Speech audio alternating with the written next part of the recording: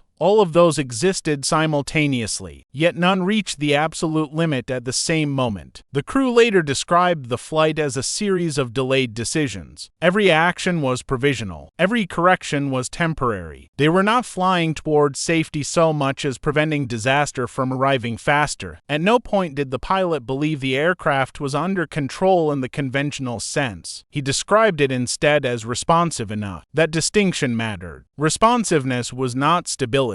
It was permission to continue. The death of the co-pilot was recorded clinically. Cause of death: trauma sustained during enemy engagement. Time of death: in flight. The report made no mention of proximity to landing. There was no category for that kind of loss. The war produced thousands of similar entries. This one was not unique in documentation, only in context. The remaining crew members carried that absence differently. Some avoided discussing it. Others spoke about it precisely, as if clarity could compensate for the lack of closure. None described panic. None described denial. They described focus. Focus narrowed until nothing existed beyond immediate tasks. Later psychological evaluations suggested this was not suppression but prioritization. Emotional processing was postponed, not eliminated. Many experienced delayed effects months or years later. Insomnia, sudden recall, aversion to silence. The war moved on. New aircraft replaced old ones. Improved systems were introduced. Radar coverage expanded. Redundancy increased. But the fundamental vulnerability remained. Aircraft still depended on layered systems that could fail unpredictably under combat conditions. This flight was referenced quietly in training circles as an example of non-replicable survival. It was used not to encourage risk but to underline uncertainty. Instructors emphasized that survival in such circumstances could not be engineered reliably. It could only be managed when it occurred. Pilots were told not to expect such outcomes. They were told not to chase them. In later years, as air combat evolved and technology advanced, similar incidents became rarer but not obsolete. Aircraft still returned without radios, still landed with partial control, still carried crews who had crossed margins that doctrine did not fully account for. What changed was documentation. Every event became data. Every anomaly was logged, analyzed, simulated. The gap between experience and explanation narrowed, but it never closed entirely. This flight remained one of those residual gaps. It existed at the edge of explanation, where cause and effect blurred under pressure. It did not fit cleanly into lessons learned or failures avoided. It was simply something that had happened. When historians later attempted to contextualize it, they often framed it as an example of human adaptability. That interpretation was partially correct but incomplete. Adaptability alone did not explain structural tolerance, delayed failure propagation, or system interaction under damage. It was not just people saving themselves. It was a moment where systems, materials, and decisions aligned by chance. Chance was not a popular explanation. Military history preferred intention, planning, outcome. Chance complicated accountability. As a result, the story remained understated. It did not become legend. It was not taught widely. It survived in footnotes, interviews, and personal recollection. The pilot, years later, summarized it simply: "We didn't make it back because we were better. We made it back because nothing finished us off." That statement captured the reality better than any report. The plane should not have landed because, by any reasonable assessment, the conditions exceeded survivability thresholds. That it did land was not evidence of a hidden margin waiting to be exploited. It was evidence of how narrow those margins actually were. For the men who flew that day, the war did not end when the wheels touched the runway. It followed them into peacetime, into memory, into the quiet moments where noise fell away and only sensation remained. They remembered the vibration, the silence of failed radios, the uneven pull of damaged controls, the presence of someone who would never leave the aircraft alive. They remembered landing not as relief but as release. Release from continuous decision-making. Release from uncertainty. Release from holding something together that no longer wanted to stay intact. The aircraft was dismantled. Parts were scrapped. The airframe disappeared. The flight, however, remained, not as a story of defiance, not as a symbol, but as a record of how survival sometimes occurs not through overcoming failure, but through enduring it just long enough for it to stop. That was the quiet truth of the flight, and that was why it was never meant to happen.